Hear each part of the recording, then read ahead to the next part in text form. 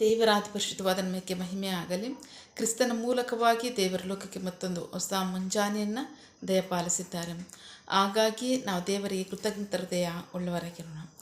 ಈ ದಿನದ ಧ್ಯಾನ ದೇವರ ವಾಕ್ಯ ಯೆರೆಮೀಯ ಪ್ರವಾದಿ 12ನೇ ಅಧ್ಯಾಯದಲ್ಲಿ 5ನೇ ವಾಕ್ಯ. ಕಾಲಾಳುಗಳ ಸಂಗಡ ಓಡುವಾಗ ನಿನಗೆ ಆಯಾಸವಾದರೆ ಕುದುರೆಗಳ ಸಂಗಡ ಹೇಗೆ ಹೋರಾಡುವೆ? ನೀನು ಸುರಕ್ಷಿತವಾದ ದೇಶದಲ್ಲಿ ಎಡವಿದರೆ ಯೋರ್ದಾನ್ನ ದಟ್ಟ ಅಡವಿಯಲ್ಲಿ ಹೇಗೆ ಸುಧಾರಿಸುವೆ?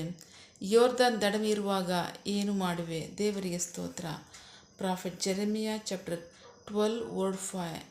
The Lord said Jeremiah, if you get tired racing against men, how can you racing against horses if you cannot even stand up in open country? How will you manage in the jungle by the Jordan? ದೇವರಿಗೆ ಸ್ತೋತ್ರ. ನಾವು ವಾಕ್ಯವಾಗ ನೋಡ್ತಾ ಇದ್ದೀವಿ. ಪ್ರೀತಿಯ ಮಕ್ಕಳೇ, ಮುಂಜಾನೆ ಸಮಯದಲ್ಲಿ ಕರ್ತನ ಸರ್ವಶಕ್ತನಂತ ದೇವರು ನಮ್ಮ ಸಂಗಡ ಮಾತನಾಡ್ತಾ ಇದ್ದಾರೆ. ನಮ್ಮ ಸಂಗಡ ಅನ್ನೋದಕ್ಕಿಂತ ಹೆಚ್ಚಾಗಿ ಪ್ರವಾದಿಯ ಪ್ರಶ್ನೆಗೆ ಉತ್ತರವನ್ನು ಕೊಡ್ತಾ ಇದ್ದಾರೆ. ಅದೇನು ಅಂದರೆ, ಕಾಲಾಳುಗಳ ಸಂಗಡ ಓಡುವಾಗ ನಿನಗೆ ಆಯಾಸವಾದರೆ ಕುದುರೆಗಳ ಸಂಗಡ ಹೇಗೆ ಹೋರಾಡುವೆ? ನೀನು ಸುರಕ್ಷಿತವಾಗಿರುವ ದೇಶದಲ್ಲಿ ಎಡವಿದರೆ ಯೋರ್ದಾನ್ನ ಅಡವಿಯಲ್ಲಿ ಹೇಗೆ ಸುಧಾರಿಸಿಕೊಳ್ಳುವೆ? ಯೋರ್ದಾನ್ ದಡ ಮೀರಿ ಹರಿಯುವಾಗ ಏನು ಮಾಡುವೆ? ದೇವರಿಗೆ ಸ್ತೋತ್ರ. ಬಹಳ ಪ್ರಮುಖವಾಗಿ ಈ ವಾಕ್ಯ ಭಾಗದಲ್ಲಿ ಪ್ರವಾದಿ ದೇವರ ಸಂಗಡ ಮಾತನಾಡ್ತಾ ಇದ್ದಾರೆ. ಏನು ಮಾತನಾಡ್ತಿದ್ದಾರೆ ಅಂದರೆ, ದೇವರೇ, 1ನೇ ವಾಕ್ಯದಿಂದ, ದ್ರೋಹಿಗಳೆಲ್ಲರೂ ನೆಮ್ಮದಿಯಾಗಿರುವುದೇಕೆ? ನೀನು ಅವರನ್ನು ನಾಟಿದ್ದಿ, ಅವರು ಬೇರೂರಿ ಬೆಳೆದು ಹಣ್ಣು ಬಿಟ್ಟಿದ್ದಾರೆ. ನೀನು ಅವರ ಬಾಯಿಗೆ ಸಮೀಪ, ಅಂತರಿಂದ್ರಿಯಕ್ಕೆ ದೂರ. ದೇವರಿಗೆ ಸ್ತೋತ್ರ. ಇಲ್ಲಿ ಅವನು ಹೇಳ್ತಾ ಇದ್ದಾನೆ, ದೇವರೇ, ಯಾಕೆ ದೇವರೇ ಕೆಟ್ಟವರೇ, ಹಿಂಸೆ ಕೊಡ್ತಕ್ಕಂಥವ್ರೆ, ಮೋಸ ಮಾಡ್ತಕ್ಕಂಥವ್ರೆ ಸುಖವಾಗಿ ನೆಮ್ಮದಿಯಾಗಿದ್ದಾರೆ, ಅವರು ಬಹಳ ಅಭಿವೃದ್ಧಿವಂತ ಇದ್ದಾರೆ. ನೀನು ಅವ್ರ ಬಾಯಿನಲ್ಲಿ ನಿನ್ನ ಸನ್ಮಾನಿಸ್ತಾರೆ, ಆರಾಧಿಸ್ತಾರೆ, ಆದರೆ ಅವ್ರ ಹೃದಯದಲ್ಲಿ ದೂರ ಇದ್ದಾರೆ. ಸೊ ಯಾಕೆ ದೇವರೇ ನನಗೆ ಎಷ್ಟೊಂದು ಬಾಧೆ ಪಡಿಸ್ತಾ ಇದ್ದಾರೆ, ಹಿಂಸೆ ಕೊಡ್ತಾ ಇದ್ದಾರೆ? ಯಾರ ಬಗ್ಗೆ ಹೇಳ್ತಾ ಇದ್ದಾರೆ ಇಲ್ಲಿ ಅಂದರೆ, ಸ್ವಜನರಾದಂತಹ ಇಸ್ರಾಯೇಲರಲ್ಲೇ, ಯಹೂದಿಗಳಲ್ಲೇ ಅವರು ನಿನ್ನ ದಾಸನ ನನ್ನನ್ನು ಇಷ್ಟೊಂದು ಹಿಂಸೆ ಪಡಿಸ್ತಿದ್ದಾರೆ, ಬಾಧೆ ಪಡಿಸ್ತಿದ್ದಾರೆ. ಯಾಕೆ ದೇವರೇ? ಅವರು ಬಾಯಿಂದ ನಿನ್ನ ಸನ್ಮಾನಿಸ್ತಾರೆ ಅಷ್ಟೇ, ಅದ್ರ ಹೃದಯದಲ್ಲಿ ನೀನಿಲ್ಲ. ಆದರೂ ಅವರು ಸುಖವಾಗಿದ್ದಾರೆ, ನೆಮ್ಮದಿಯಾಗಿದ್ದಾರೆ, ಆಶೀರ್ವಾದವಂತ ಇದ್ದಾರೆ, ಅಭಿವೃದ್ಧಿವಂತ ಇದ್ದಾರೆ. ನೀನು ಎಷ್ಟು ಕಾಲ ಅವ್ರನ್ನ ಹಾಗೆ ನಡೆಸ್ತೀಯ? ನಾನು ಎಷ್ಟು ಕಾಲ ಅವರಿಂದ ಈ ಹಿಂಸೆಯನ್ನು, ಅವಮಾನವನ್ನು, ನಿಂದೆಯನ್ನು ನಾನು ಸಹಿಸ್ಕೊಂಡಿರಬೇಕು ದೇವರು ಅನ್ನೋದು ಪ್ರವಾದಿಯ ಪ್ರಶ್ನೆ. ದೇವರು ಉತ್ತರಿಸ್ತಾ ಇದ್ದಾರೆ ಈ ಥರ. ಸೊ ಅಷ್ಟು ಮಾತ್ರ ಅಲ್ಲ, ದೇವರು ಹೇಳ್ತಾ ಇದ್ದಾರೆ ಪ್ರವಾದಿ ಪ್ರಶ್ನೆಗೆ, ಏಕೆಂದರೆ ನೀನು, ನಿನ್ನ ಸಹೋದರರು, ನಿನ್ನ ತಂದೆ ಮನೆಯವರು ನಿನಗೆ ವಂಚನೆ ಮಾಡಿದ್ದಾರೆ. ಹೌದು, ಇವರೇ ನಿನಗೆ ವಿರೋಧವಾಗಿ ಬಂದು ಧಿಕ್ಕರಿಸಿ ಕೂಗಿದ್ದಾರೆ. ಅವರು ನಿನಗೆ ಒಳ್ಳೆಯ ಮಾತುಗಳನ್ನು ಹೇಳಿದರೂ ಅವರನ್ನು ನಂಬಬೇಡ. ನನ್ನ ಮನೆಯನ್ನು ಬಿಟ್ಟಿದ್ದೇನೆ, ನನ್ನ ಸೊತ್ತನ್ನು ತ್ಯಜಿಸಿದ್ದೇನೆ, ನನ್ನ ಪ್ರಾಣಕ್ಕೆ ಅತಿ ಪ್ರಿಯಳಾದವಳನ್ನು ಅವಳ ಶತ್ರುಗಳ ಕೈಯಿಂದ ಒಪ್ಪಿಸಿದ್ದೇನೆ.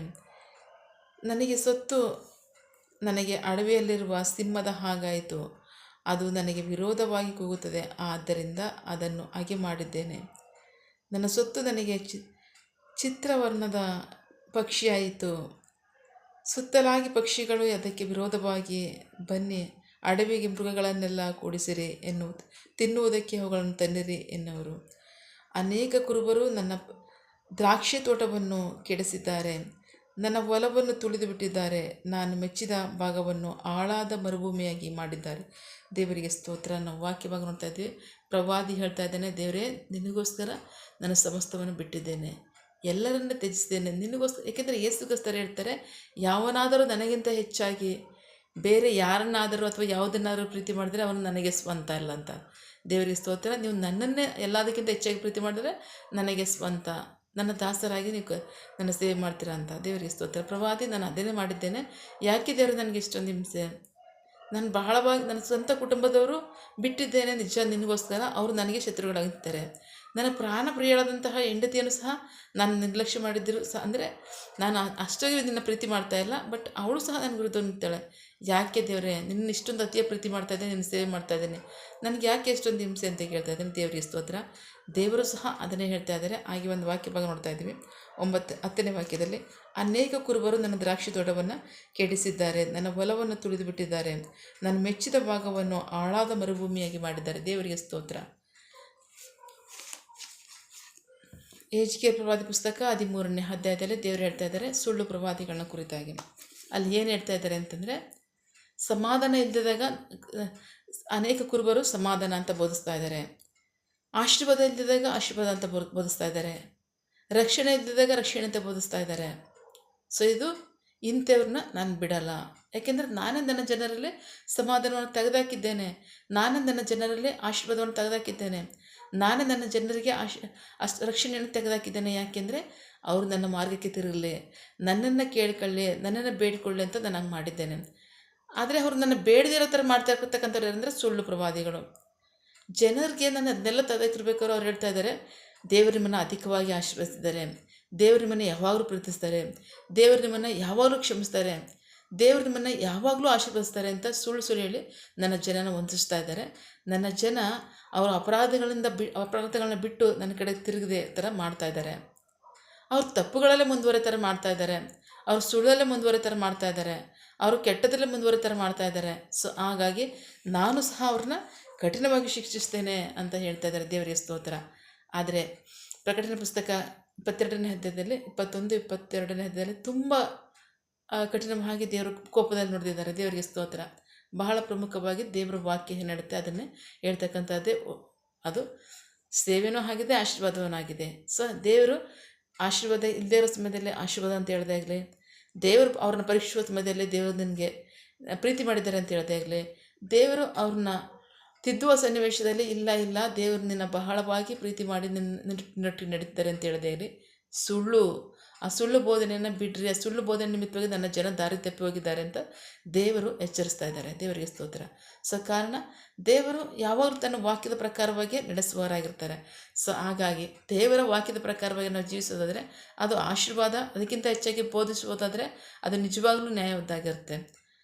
ಅದನ್ನು ಬಿಟ್ಟು ತಪ್ಪಾಗಿ ಬೋಧಿಸಿ ಜನರನ್ನು ತಪ್ಪಲ್ಲೇ ನಡೆಯೋ ಥರ ಮಾಡೋದಾದರೆ ನಾನು ಅವ್ರನ್ನ ಕಠಿಣವಾಗಿ ಶಿಕ್ಷಿಸ್ತೇನೆ ಅಂತ ಹೇಳ್ತಾರೆ ದೇವರಿಗೆ ಸ್ತೋತ್ರ. ಸೊ ಅದರ ನಿಮಿತ್ತವಾಗಿ ನನ್ನ ಜನ ದಾರಿ ತಪ್ಪಿ ಹೋಗ್ತಾ ಇದ್ದಾರೆ, ಅದರ ನಿಮಿತ್ತವಾಗಿ ನನ್ನ ಜನ ಹಿಂಸೆಗೊಳಗಾಗ್ತಾ ಇದ್ದಾರೆ, ಅದರ ನಿಮಿತ್ತವಾಗಿ ನನ್ನ ಜನ ಅನ್ಯರ ಪಾಲಾಗ್ತಾ ಇದ್ದಾರೆ, ಅದರ ನಿಮಿತ್ತವಾಗಿ ನನ್ನ ಜನ ರಕ್ಷಣೆಯನ್ನು ಕಳ್ಕೊತಾ ಇದ್ದಾರೆ, ನನ್ನಿಂದ ದೂರ ಆಗ್ತಾ ಇದ್ದಾರೆ. ಸೊ ಹಾಗಾಗಿ ಅವರನ್ನು ನಾನು ಬಿಡಲ್ಲ, ನಾನು ಖಂಡಿತವಾಗ್ಲೂ ಅವ್ರನ್ನ ಘೋರವಾಗಿ ಶಿಕ್ಷಿಸ್ತೇನೆ ಅಂತ ಹೇಳ್ತಾರೆ.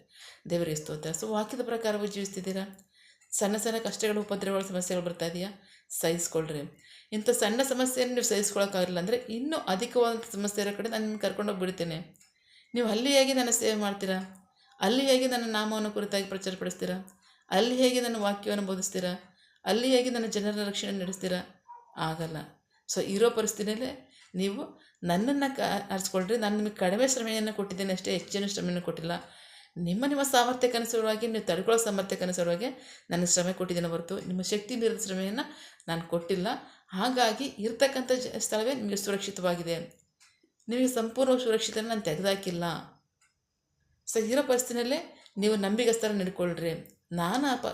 ನಾನು ಕಾರ್ಯ ಮಾಡಿ ಅದನ್ನು ಆ ಪರಿಸ್ಥಿತಿಯನ್ನು ಬಿಡಿಸ್ತೇನೆ, ನಾನು ನಿಮ್ಮನ್ನು ಪುನಃಸ್ಥಾಪಿಸ್ತೇನೆ, ನಿಮಗೆ ಸಮಾಧಾನವನ್ನು ಕೊಡ್ತೇನೆ ಅಂತ ಹೇಳ್ತಾರೆ. ದೇವರಿಗೆ ಸ್ತೋತ್ರ. ಸೊ ಹಾಗಾಗಿ ಪ್ರಿಯರೇ, ಬೋಧಕರಾಗಿರ್ಬೋದು, ವಿಶ್ವಾಸಿಗಳಾಗಿರ್ಬೋದು, ವಾಕ್ಯದ ಪ್ರಕಾರವಾಗಿ ಜೀವಿಸ್ತೇನೆ ರಕ್ಷಣೆ, ಆಶೀರ್ವಾದ, ಅಭಿವೃದ್ಧಿ. ಆಮೇಲೆ ದೇವರು ತಾನೇ ವಾಕ್ಯಗಳ ಮೂಲಕವಾಗಿ ನಮ್ಮೆಲ್ಲರ ಸಂಗಡ ಮಾತನಾಡಿದ್ದಾರೆ.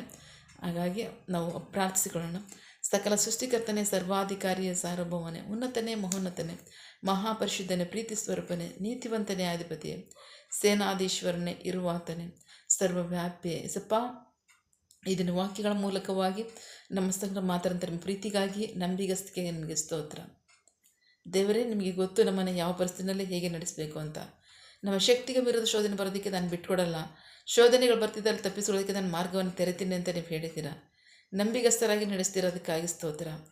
ನಾವು ಸಹ ನಿಮ್ಮನ್ನು ಪ್ರಶ್ನೆ ಮಾಡದೆ ನಂಬಿಗಸ್ತರ ನಿಮಗೆ ವಿಧೇಯರಾಗಿ ನೀವು ಕೊಡ್ತಕ್ಕಂಥ ಜವಾಬ್ದಾರಿಗಳಲ್ಲಿ ನಂಬಿಗಸ್ತರ ಮಾಡ್ತೀವಿ. ಆಮೇನ್. ನೀವು ತಾನೇ ನಿಮ್ಮನ್ನು ನಡೆಸುವವರಾಗಿದ್ದೀರ, ಅದಕ್ಕಾಗಿ ಸ್ತೋತ್ರ. ಆಮೇನ್.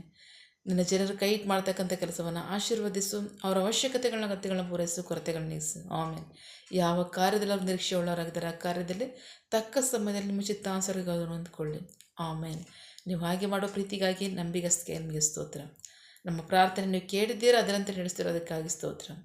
ನಮ್ಮ ಪ್ರಾರ್ಥನೆಯನ್ನು ನಮ್ಮ ರಕ್ಷಕನಾಂತ ಯೇಸು ಕ್ರಿಸ್ತರ ಅತಿ ಪರಿಶುದ್ಧವಾದ ನಮ್ಮದಲ್ಲಿ ಪ್ರಾರ್ಥಿಸಿ ನಿಮ್ಮ ಪಾದಗಳು ಸಲ್ಲಿಸಿ ನಾವು ಬೇಡಿ ಹೊಂದಿದ್ದೇವೆ ನಮ್ಮ ಜೀವವುಳ್ಳ ತಂದೆ. ಆಮೇನ್. God bless you all. ದೇವರು ತಾನೇ ಇದನ್ನು ವಾಕ್ಯಗಳ ಮೂಲಕವಾಗಿ ನಮ್ಮ ಸಂಘ ಮಾತನಾಡಿದ್ದಾರೆ, ನಮ್ಮನ್ನು ಆಶೀರ್ವದಿಸಿದ್ದಾರೆ. ಆಮೇನ್. All the best.